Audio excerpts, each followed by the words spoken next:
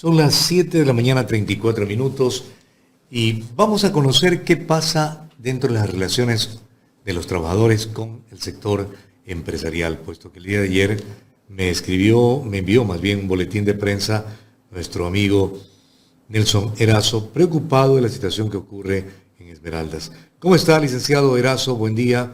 Orlando Murillo lo saluda aquí en OMC Noticias. ¿Cómo le va? Muy buenos días, mi estimado Orlando. Muchas gracias por la invitación. Un gusto, como siempre, estar en su espacio.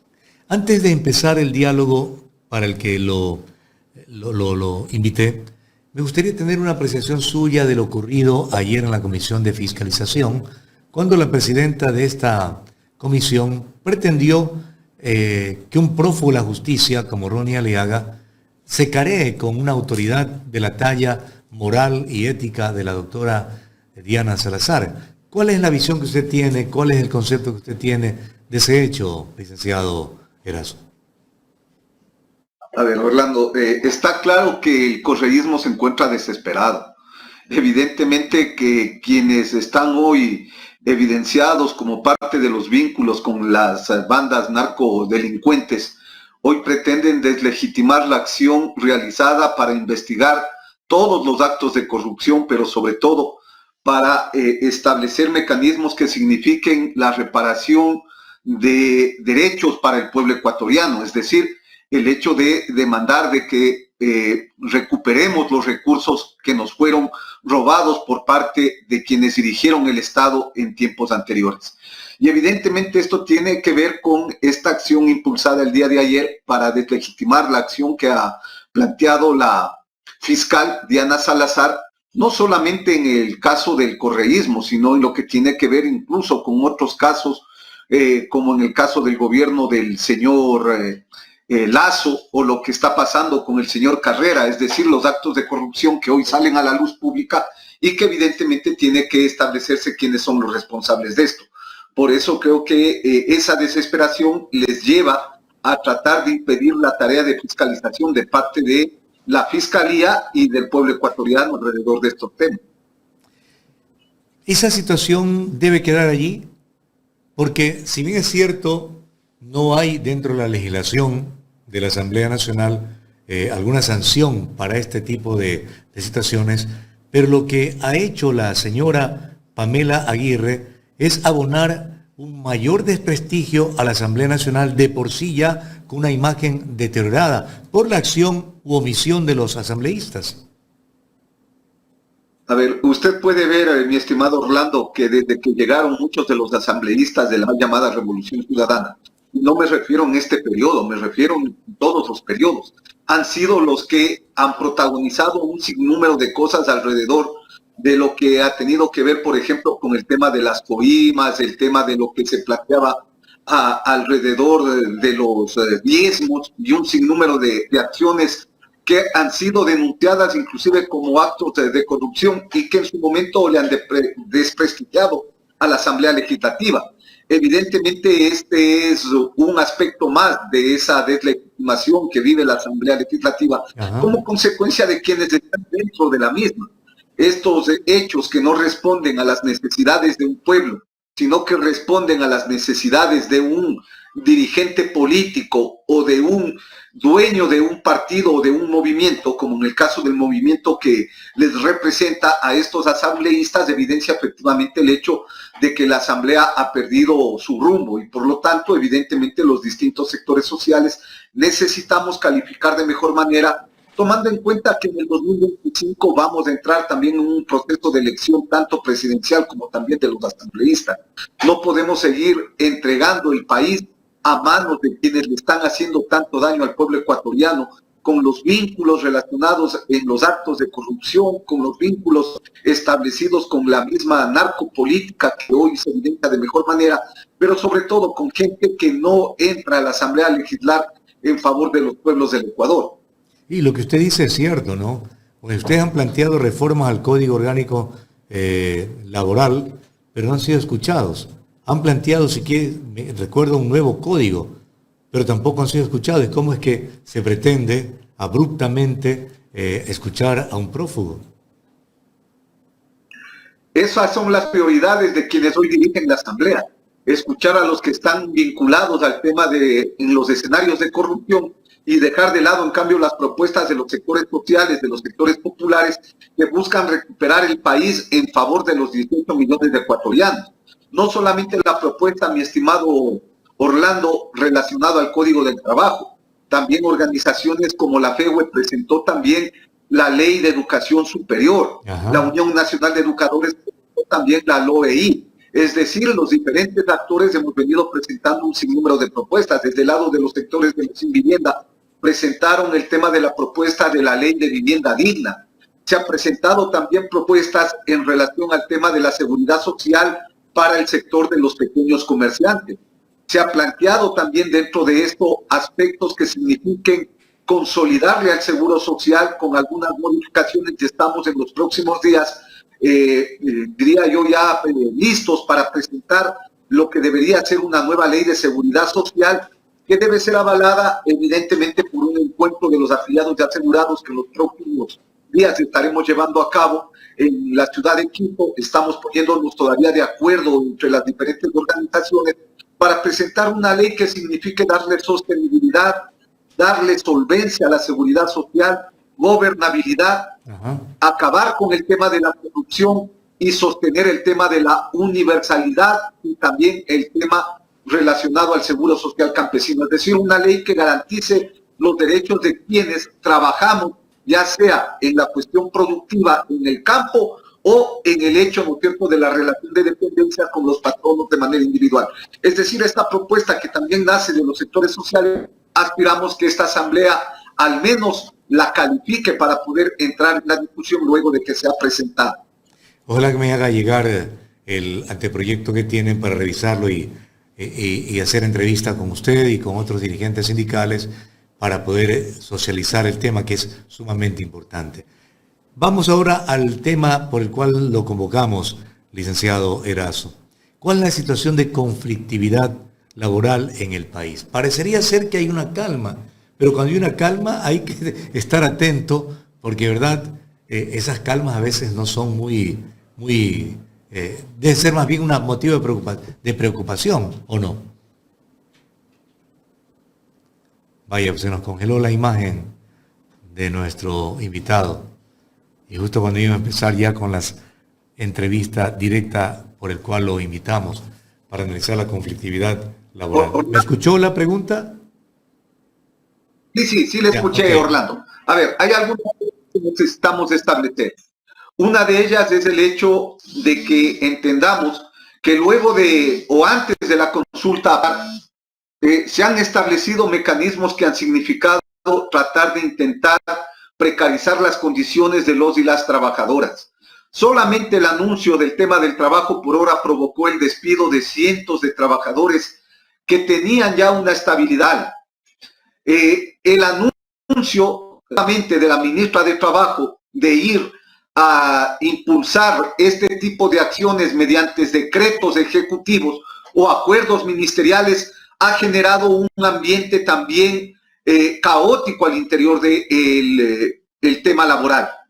Pero hay otro escenario que también ha provocado este tipo de cosas. Fíjese usted, el día de ayer se está tratando, o desde el día de ayer más bien, se está tratando un juicio en contra de 34 trabajadores, entre ellos 28 dirigentes del Comité de Empresa de Palmeras de los Andes. ¿Cuál es la situación por la cual se les sigue el visto bueno a estos trabajadores? Simplemente el hecho de haber exigido que se les debe pagar las utilidades como corresponde al año 2023. Ante este hecho, la empresa ha presentado estos vistos buenos como retaliación en contra de los trabajadores, como una acción que busca generar un ambiente de temor al interior del movimiento sindical. Y obviamente esto ha merecido el rechazo del conjunto de los trabajadores de la provincia, del país, y estamos en estos momentos defendiéndoles a los trabajadores de esta acción ilegal y legítima por parte de la empresa que busca imponer sus condiciones al interior de la misma para desconocer el derecho que tienen estos trabajadores al tema de las utilidades. Orlando, solamente señalar una cuestión. ¿Cómo no? Esta empresa ha tenido grandes ganancias, tiene ventas importantísimas, la producción es superior a la del año 2022 y sin embargo en el tema de las utilidades se ha pretendido disminuir y darles como si fuera un bono para desconocer el tema del porcentaje que les corresponde a los familiares, es decir, a los hijos y a las esposas, ¿no es cierto?, de los trabajadores. En todo caso, esto ha provocado el hecho de que los trabajadores reclaman sus derechos, la patronal de manera abusiva presenta los vistos buenos y ahora el Ministerio del Trabajo y que tutelar, mi estimado Orlando, lo que estamos pidiendo es que simplemente se ejecuten lo que establecen tanto el Código del Trabajo, lo que establecen los convenios internacionales y lo que dice la Constitución de la República. La empresa que es el hecho que referencia, Nelson, es la empresa Palmera de los Andes. ¿A qué se dedica esta empresa? ¿Qué produce? Es de la cuestión de la palma africana, mi estimado Orlando. Y tiene que ver, recuerde usted, que uno de los elementos importantes fue el crecimiento que hubo en medio de lo de la pandemia por el tema de lo del aceite. Recuerde usted incluso, el aceite se disparó y ahora ocurre que no existen utilidades para los trabajadores o estas utilidades se las quiere dar como a ellos se les ocurre, sin establecer lo que dice el Código del Trabajo, que es el 15% para los trabajadores, 10% para los trabajadores, 25% para su cónyuge en ese escenario es lo que hoy estamos planteando, el hecho de que debe respetarse. Pero hay un tema adicional, mi estimado Orlando. Esto que acontece con la Palmera de los Andes también está aconteciendo con sectores de los bananeros, con sectores de las petroleras, con sectores de las empresas privadas que hoy están entregando cheques de entre 15 y 10 dólares como parte de las utilidades, mientras estas empresas han tenido grandes ganancias. Es decir, hoy el abuso de la patronal en un gobierno de la naturaleza que tenemos se está profundizando en contra de los derechos laborales. ¿Han hecho ustedes cruces de información o han solicitado información entre la Superintendencia de Compañías, el SRI, por ejemplo, para ir determinando justamente cómo es que las empresas esconden o no, ¿verdad?, los valores que les ingresan, para luego boicotear, trastocar el pago que deben hacer respecto del cumplimiento de la ley, en este caso de las utilidades? Esto lo hemos hecho todos los años, mi estimado Orlando. Sin embargo, solamente recordemos lo que pasó con los compañeros de la Cervecería Nacional. Usted recuerde que tuvieron que tener un juicio de más de 6 años para que se les pueda pagar una parte de lo que les corresponde. Estos juicios también hemos tenido que presentar en algunas empresas que prestan servicios en el sector petrolero y que desconocen este tema de los derechos laborales con las pretensiones de establecer las dobles contabilidades. Es decir, hay un sinnúmero de mecanismos que han tratado de establecer desde el lado de la patronal para desconocer los derechos laborales. Por eso creemos que el papel del SRI en estos momentos debe ser transparente en el hecho de que se establezca cuáles han sido las ventas, las ganancias y las utilidades que han tenido dichas empresas que hoy se encuentran, ¿no es cierto?, en un escenario de intentar evadir el derecho que tienen los trabajadores. Recuerde usted incluso que en el tiempo del gobierno de Correa, me parece, también se estableció un reglamento en el cual en el sector de la Amazonía, particularmente, se planteaba desconocer el tema del 15% y se decía que se debía pagar alrededor del 10 o el 12%.